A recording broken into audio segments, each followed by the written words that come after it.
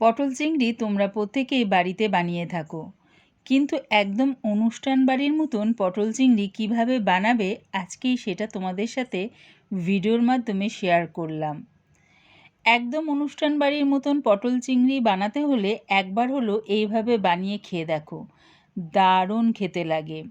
রেসিপিটা ভালো লাগলে প্লিজ আমার চ্যানেলটিকে লাইক করে দিও। পটল চিংড়ি করার জন্যে আমি বড় সাইজের পটল নিয়েছি আর একটু একটু খোসা বাদ দিয়ে দিয়েছি। পটলটাকে আমি দু টুকরো করে নিয়েছি আর আলুগুলো দেখো ঠিক এরকম ডুমু ডুমু করে কেটে নিয়েছি। আর একটু বড় সাইজের চিংড়ি মাছ নিয়েছি, চিংড়ি মাছটা খোসা ছাড়িয়ে ভালো করে ধুয়ে নিয়েছি। আর পিঠের দিকে যে কালো ময়লাটা থাকে সেটা অবশ্যই কিন্তু ফেলে দিও। কড়ার মধ্যে দিয়ে দিলাম বেশ খানিকটা সর্ষের তেল। রান্নাটা কিন্তু অবশ্যই সর্ষের তেলে করো। তেলটা ভালো মতন গরম হয়ে গেলে দিয়ে দিলাম আমি আলুগুলো দিয়ে আলু ভাজার মতন নুন আর হলুদ গুঁড়ো দিয়ে দিলাম। নুন আর হলুদটা দিয়ে আলুটাকে লাল লাল করে ভেজে নেব। আলুটা ভাজতে ভাজতে একটা পেস্ট বানিয়ে নেব। দিয়ে দিলাম দুটো বড় সাইজের টমেটো, আদা, 8-9টা রসুনের কোয়া, দিলাম 3টে কাঁচা লঙ্কা আর ভাঙা কাজু দিলাম 1 মুঠ। সামান্য একটু জল দিয়ে এটার একটা মিহি পেস্ট বানিয়ে নিলাম। এদিকে দেখো আলুগুলো কিন্তু বেশ লাল লাল করে ভাজা হয়ে গেছে, এবার এগুলো নামিয়ে নিলাম। ওই আলু ভাজা তেলের মধ্যে পটলগুলো দিয়ে দিলাম। পটলগুলো দিয়ে বেশ লাল লাল করে ভেজে নামিয়ে নেব। গ্যাসটাকে কিন্তু আমি হাই ফ্লেমে রেখেই সব কিছু ভেজে নিচ্ছি। দেখো পটলগুলো কিন্তু বেশ লাল লাল করে ভাজা হয়ে গেছে, এবার এগুলো নামিয়ে নিলাম। ওই তেলের মধ্যে চিংড়ি মাছগুলো দিয়ে দিলাম। চিংড়ি মাছ ভাজার মতন দিয়ে দিলাম আমি নুন আর হলুদ গুঁড়ো। তোমরা চাইলে আগে থেকে নুন হলুদ মাখিয়ে তারপর তেলের মধ্যে দিয়ে মাছটাকে ভেজে নিতে পারো। আমি তেলের মধ্যে চিংড়ি মাছটা দিয়ে তারপর নুন হলুদ দিয়ে দেখো হালকা করে ভেজে নামিয়ে নিলাম। খুব একটা বেশি কিন্তু চিংড়ি মাছ ভেজো না, তাহলে কিন্তু বেশ শক্ত হয়ে যাবে।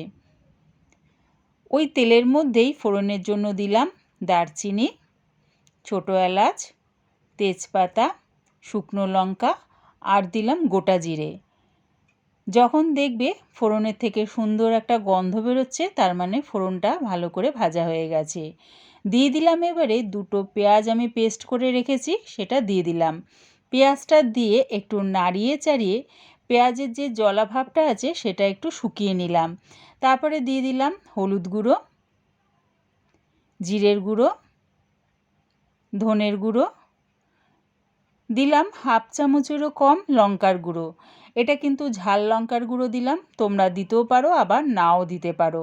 ঝালটা নিজেদের স্বাদ অনুযায়ী ব্যবহার করো। আমি ওখানেও কিন্তু পেস্টটা করার সময় কাঁচা লঙ্কা দিয়েছিলাম। 1 চামচ কাশ্মীরি লঙ্কার গুঁড়ো দিয়ে মশলাটাকে ভালো করে সামান্য একটু জল দিয়ে কষিয়ে নিলাম। এই সময় কিন্তু গ্যাসটাকে আমি মিডিয়ামে রেখেছি। মশলাটা কষিয়ে নিয়ে দিয়ে দিলাম আমি ওই পেস্টটা দিয়ে দিলাম আমি স্বাদ অনুযায়ী নুনটা দিয়ে ভালো করে মশলাটাকে এবারে কষিয়ে নিলাম।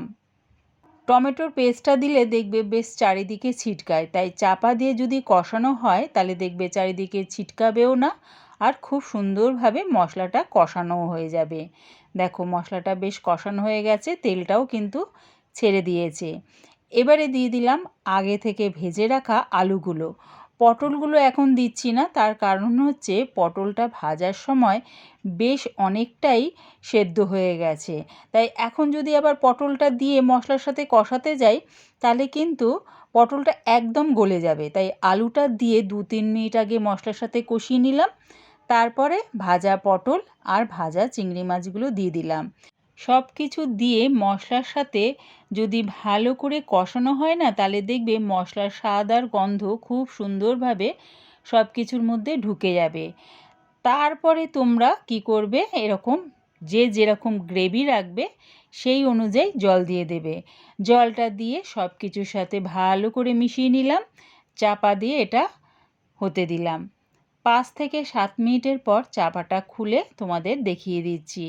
দেখো আলুটা কিন্তু খুব সুন্দরভাবে সেদ্ধ হয়ে গেছে। আর ভাজার সময় কিন্তু পটলটা অর্ধেকের বেশি কিন্তু সেদ্ধ হয়ে গেছিলো। দিয়ে দিলাম গরম মশলা গুঁড়ো আর দিলাম 1 চামচ ঘি। গরম মশলা গুঁড়ো আর ঘিটা দিয়ে সব কিছুর সাথে ভালো করে মিশিয়ে নিলাম। এবারে গ্যাসটাকে লোতে রেখে চাপা দিয়ে এটা একটু ফুটিয়ে নিলাম।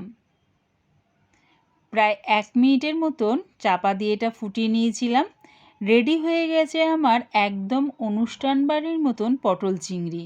আমি গ্যারেন্টি দিয়ে বলতে পারি তোমাদের এইভাবে যদি একবার বানিয়ে খেয়ে দেখো না, দেখবে একদম অনুষ্ঠান বাড়ির মতন স্বাদ পাচ্ছ তোমরা।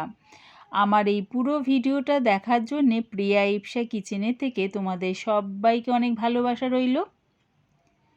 রেসিপিটা ভালো লাগলে প্লিজ আমার চ্যানেলটিকে সাবস্ক্রাইব করে দিও।